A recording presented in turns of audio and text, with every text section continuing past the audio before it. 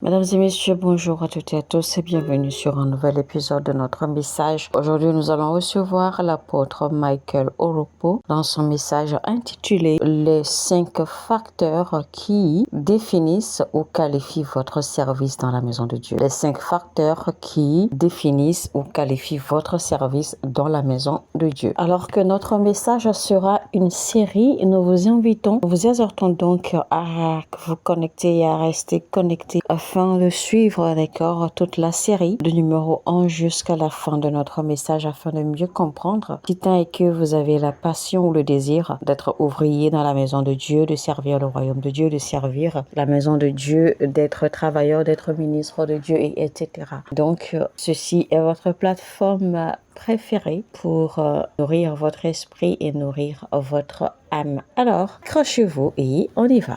Il existe donc 5 facteurs qui doivent définir ou déterminer votre conscience, d'accord, si vraiment vous voulez fonctionner dans le service à la maison de Dieu. Il existe donc 5 facteurs qu'il faut obligatoirement considérer afin d'avoir un service parfait dans la maison de Dieu. Parce que ces 5 facteurs, en fait, vont influencer la qualité de votre service à la maison de Dieu. Le premier facteur à considérer, eh bien, c'est le facteur Dieu. Donc, quiconque veut fonctionner ou veut opérer dans le service à la maison de Dieu doit avoir en première considération Dieu. Autrement, vous ne pourrez être productif dans votre service. Parce que vous allez constater malheureusement que beaucoup vont à l'église, beaucoup veulent opérer à l'église, beaucoup veulent servir, mais n'ont pas en conscience que en réalité, le service qu'ils font, ils le rendent à Dieu et non qu'ils sont en train de servir un homme, parce que beaucoup n'arrivent pas à faire la part des choses. Beaucoup se trompent. Beaucoup vivent dans cette confusion. Et donc, parce que beaucoup pensent qu'ils sont en train seulement de servir une église ou qu'ils sont en train de servir un homme, eh bien, cela affecte négativement beaucoup leur service. Parce que vous allez voir beaucoup qui font leur travail ou qui rendent leur service de façon nonchalante, beaucoup qui rendent leur service comme s'ils étaient en train d'apporter de la faveur à quelqu'un ou comme s'ils étaient en train d'apporter de la faveur à l'église. Et donc, ils ne sont pas toujours sérieux et diligents, d'accord, dans leur service, dans leur façon de faire, dans leur façon de travailler, dans leur façon d'opérer. Parce que si quelqu'un a conscience qu'il est en train de servir ou de faire quelque chose pour Dieu, eh bien naturellement, la façon de le faire change. Parce que quand vous savez que c'est Dieu, c'est à Dieu que vous faites ceci et cela, eh bien votre façon, d'accord, de s'y prendre diffère parce que vous y mettez plus de sérieux, plus d'abnégation, plus de diligence, plus de vocation, plus de passion, plus d'amour, plus d'honnêteté, plus de sérieux à cela. Nous allons lire Hébreux 12 à partir du verset 1, verset 2 surtout. Nous donc aussi, puisque nous sommes environnés d'une si grande nuée de témoins, rejetons donc tout fardeau et le péché qui nous enveloppe si facilement et courons avec persévérance dans la carrière qui nous est ouverte. Donc, le facteur Dieu est très important, d'accord, dans notre service à considérer. Et pour avoir une bonne considération du facteur Dieu, eh bien, nous devons apprendre à mettre de côté le péché et à déposer tout ce qui pourrait nous alourdir, tout ce qui pourrait nous empêcher, d'accord, d'être constant et sérieux dans notre service à Dieu. Tout ce qui pourrait constituer un joug, un problème, un souci, un fardeau, etc. Et surtout les péchés, nous devons être loin de cela. Alors, le deuxième facteur à considérer, eh bien, c'est le facteur humain. Alors, le facteur humain nous permet de comprendre combien nous sommes importants aux yeux de Dieu. Le fait que nous soyons le dernier élément dans la création de Dieu, eh bien, nous sommes beaucoup trop importants aux yeux de Dieu. Parce que quand vous allez au ciel, en fait, dans le règne céleste, il y a des esprits, d'accord, que l'on appelle les aînés ou les vieillards. Il y a les esprits que nous appelons les trônes, il y a les esprits que nous appelons les dominions, il y a également les principautés, il y a les pouvoirs, il y a les anges. Donc, toutes ces créatures avaient déjà été faites ou créées par Dieu avant que Dieu ne pense à créer l'homme. La création de l'homme est donc devenue nécessaire pour Dieu à cause de l'agenda que Dieu avait préparé. Il est bien vrai que Dieu a déjà créé toutes ces créatures spirituelles, mais c'était juste pour un agenda purement spirituel, purement dans le règne de l'esprit. Et donc, il a eu la nécessité pour Dieu, d'accord, de fonctionner, d'accord, dans le règne physique. Et pour que Dieu puisse fonctionner dans le règne physique, eh bien, il a besoin d'une créature qui puisse porter un corps qui puisse subsister dans le règne matériel. Et donc, voilà pourquoi, en fait, il a eu la nécessité de créer l'être humain. Donc, tout ce que Dieu doit faire ou doit accomplir dans le règne matériel, c'est-à-dire dans le règne physique, eh bien, il est nécessaire pour Dieu d'utiliser l'homme. Donc, Dieu doit passer par l'homme, l'être humain, d'accord, pour agir sur la terre. Il est bien vrai qu'il y a les anges, il y a d'autres créatures, mais ces créatures n'ont pas un droit légal, d'accord, d'opérer dans le règne matériel, puisque ce sont des créatures qu'on ne peut voir. Mais l'homme, d'accord, en fait, a le droit légal, a la licence, d'accord, d'opérer dans le règne naturel, dans le règne physique, parce que Dieu veut fonctionner dans le règne physique. Et donc, pour que Dieu opère dans le règne physique, Dieu a la nécessité d'utiliser l'être humain. Voilà donc pourquoi il faut comprendre que nous sommes importants et nécessaires dans l'agenda d'opération de Dieu. Dieu pouvait bien utiliser les anges, d'accord, pour opérer comme il le désire. Dieu n'avait pas besoin d'utiliser l'être humain, puisqu'il y a plus d'anges que d'êtres humains. Mais nous sommes importants aux yeux de Dieu parce que Dieu a besoin de nous, de notre corps, de notre espèce pour opérer, pour fonctionner dans le règne matériel. Parce que si Dieu avait besoin d'un nombre, d'accord, pour opérer sur la terre, eh bien, il n'aurait pas besoin de l'être humain, puisqu'il y a plus d'anges que d'êtres humains. Également, ce n'est pas une question de force ou de capacité, parce que la Bible nous fait comprendre clairement que les anges excellent en force. Donc, les anges ont plus de force et plus de capacité, d'accord, que nous, êtres humains. Parce que quand vous voyez en fait tous les départements qui fonctionnent ou qui opèrent à l'intérieur de l'Église pour assurer un service parfait, pour assurer une Église parfaite, une congrégation parfaite et tout cela, eh bien, tous ces départements ou tous les travaux ou toutes les œuvres mises ensemble, eh bien, un seul ange peut les accomplir toutes en une seconde. Et donc, Dieu n'aurait pas besoin de l'être humain, d'accord, pour opérer, pour faire les choses qui ont besoin d'être faites pour l'Église sur la terre. Parce que même un seul ange peut tout accomplir en quelques secondes.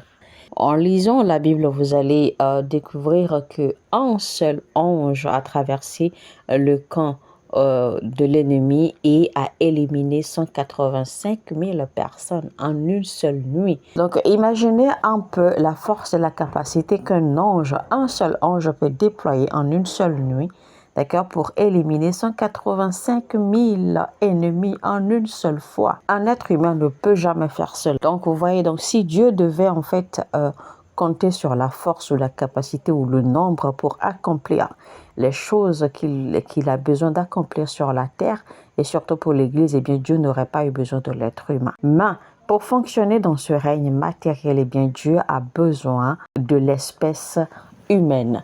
Donc voilà pourquoi nous sommes importants aux yeux de Dieu. Voilà pourquoi nous sommes une créature spéciale à ses yeux. Donc nous sommes en fait les instruments de Dieu pour accomplir les choses qu'il a besoin d'accomplir dans le règne matériel. Et si nous arrivons à comprendre cela, eh bien nous allons beaucoup plus prendre notre travail ou notre service à la maison de Dieu au sérieux. Donc si Dieu était à la recherche de qui peut faire le travail, eh bien il lui aurait simplement fallu déployer des anges sur la terre pour tout accomplir. Donc il n'aurait pas eu besoin de nous, êtres humains. Rappelez-vous que la Bible dit clairement que au dernier jour, à la fin des temps, bien que Dieu allait déployer seulement 4 anges et que les 4 anges allaient se positionner chacun sur les quatre côtés du monde, de la terre. Et quand ils vont ouvrir leur bouche et tonner, bien, ils allaient, d'accord, en fait, accueillir et récupérer tous les enfants de Dieu et séparer les enfants de Dieu des enfants des ténèbres. Donc, ce qui veut dire en fait qu'avec seulement 4 anges, tout ce qui y a besoin d'être fait comme travail sur la terre, bien, tout sera fait seulement avec 4 anges déployés. Ça veut dire en fait qu'on n'aurait même pas besoin de l'être humain pour faire quoi que ce soit. Donc, la raison pour laquelle Dieu nous choisit pour ses œuvres dans le règne matériel, c'est parce que c'est nous qui avons été créés pour cela. Donc, quand vous avez un service à rendre dans la maison de Dieu ou quand vous avez un travail à faire dans la maison de Dieu, bien, soyez conscient que, bien, vous avez été choisi spécifiquement par Dieu pour ce travail ou pour cette œuvre. Vous devez avoir cette conscience que ce que vous êtes en train de faire, que c'est votre devoir et que Dieu vous a créé pour cela et que si vous ne le faites pas, qu'il n'y aura pas quelqu'un d'autre qui pourrait le faire. Et que surtout vous le faites pour Dieu et non pour faire plaisir à quelqu'un. Il faut comprendre également que Dieu vous aime énormément pour vous donner l'opportunité, pour vous donner la chance de le servir, pour vous donner l'opportunité d'avoir cette chance, d'avoir ce travail ou cette œuvre qu'on vous a confiée et qu'en réalité, vous n'avez pas ce qu'il faut, d'accord, pour accomplir cela, parce que les anges auraient pu accomplir cela à votre place. Mais c'est parce que Dieu vous aime et que Dieu vous a choisi pour cela. Donc, c'est un privilège que vous devez chérir chaque fois que vous avez un travail ou une œuvre ou un service à rendre dans la maison de Dieu. Donc, tu n'es pas en train de chanter à l'église ou tu n'es pas en train de jouer à un instrument parce que tu as une belle voix, parce que tu as le talent ou parce que tu sais le faire. Tu le fais parce que Dieu t'aime et que Dieu t'a choisi et Dieu t'a confié, d'accord, cela. Tu n'es pas en train de nettoyer, tu n'es pas nettoyeur ou tu n'es pas accueil ou tu n'es pas ouvrier ou tu n'es pas protocole ou etc. D'accord, dans l'église c'est parce que tu sais le faire mieux ou parce que tu es meilleur à cela. Non, tu es à cette position où tu es à ce poste où tu es à tu as cette capacité ou cette opportunité parce que Dieu t'aime et que Dieu t'a choisi et que Dieu t'a confié cela. Donc, il faut prendre cela comme un honneur et le chérir. Malheureusement, vous allez voir en fait que dans l'église, bien, beaucoup sont tellement nonchalants, d'accord, à leurs œuvres.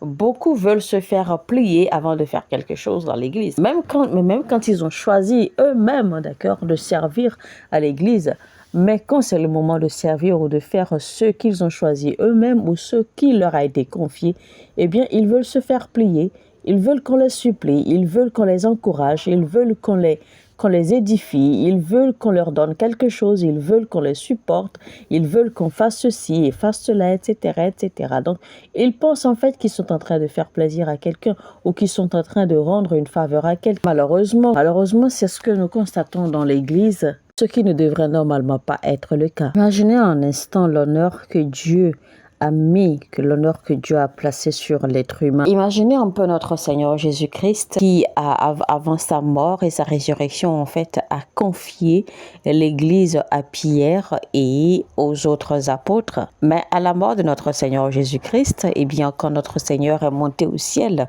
après, bien, Pierre, en fait, a abandonné la mission. Pierre a abandonné la mission la mission que Christ lui a confiée.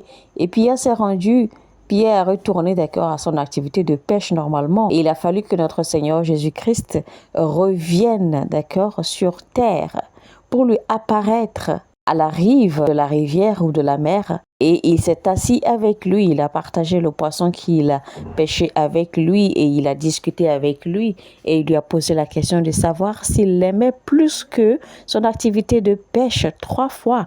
Et Pierre a répondu oui, évidemment, maître, je t'aime. Donc, c'était en fait une sorte de façon de faire comprendre à Pierre combien Dieu peut déplacer des pierres, Combien Dieu peut déplacer les montagnes pour accomplir ses œuvres sur la terre.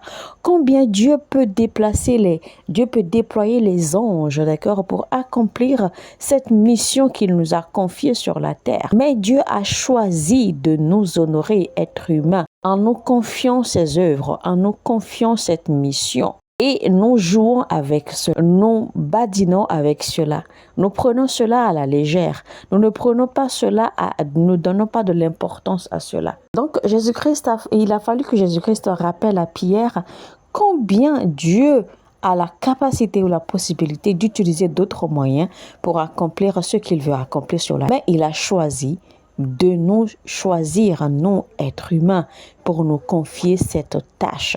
Donc, c'est un honneur, un privilège à ne jamais badiner avec. C'est un privilège à ne pas jouer avec. C'est un privilège à chérir et à respecter avec diligence. Donc, les anges sont prêts à faire tout ce travail sur la terre. Les anges demandent, les anges supplient même Dieu de leur confier les œuvres à accomplir sur la terre. Rappelez-vous quand l'ange Gabriel est apparu à Zacharie, il lui a dit « Je suis Gabriel, l'ange qui tient en la présence de Dieu ».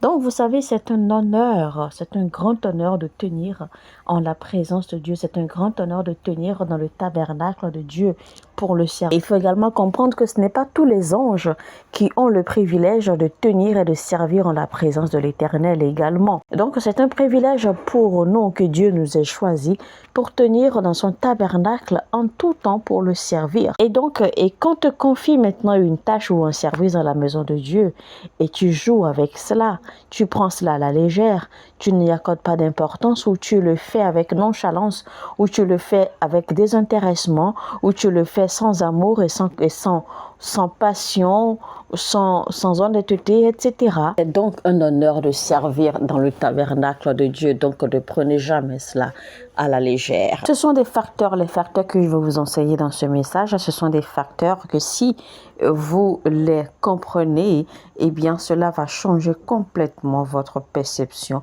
du service dans la maison de Dieu. Cela va changer votre façon d'agir et de faire les œuvres que vous faites dans la maison de Dieu. Alléluia.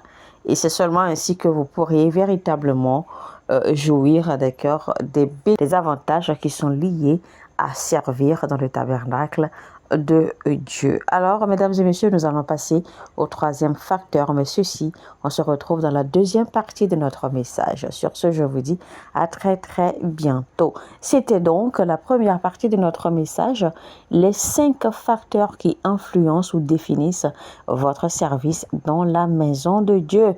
C'était donc avec l'apôtre Michael Oropo. Si vous avez aimé ce message, eh bien, likez maintenant, cliquez sur le bouton j'aime et partagez également autant que vous pouvez, car cela permet à YouTube de recommander non seulement la chaîne, mais de recommander également, de diriger le message vers d'autres sources qui sont susceptibles d'avoir besoin de ce genre de message. Donc, servez de canal d'évangélisation pour toucher d'autres âmes, pour toucher d'autres cœurs à travers les messages que nous passons sur cette chaîne.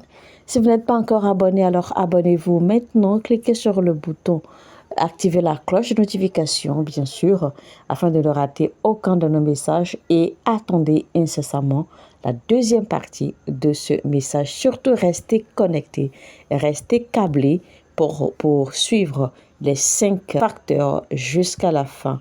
Sur ce, que Dieu vous bénisse abondamment. Shalom chez vous. Mon heure a sonné et votre heure a sonné.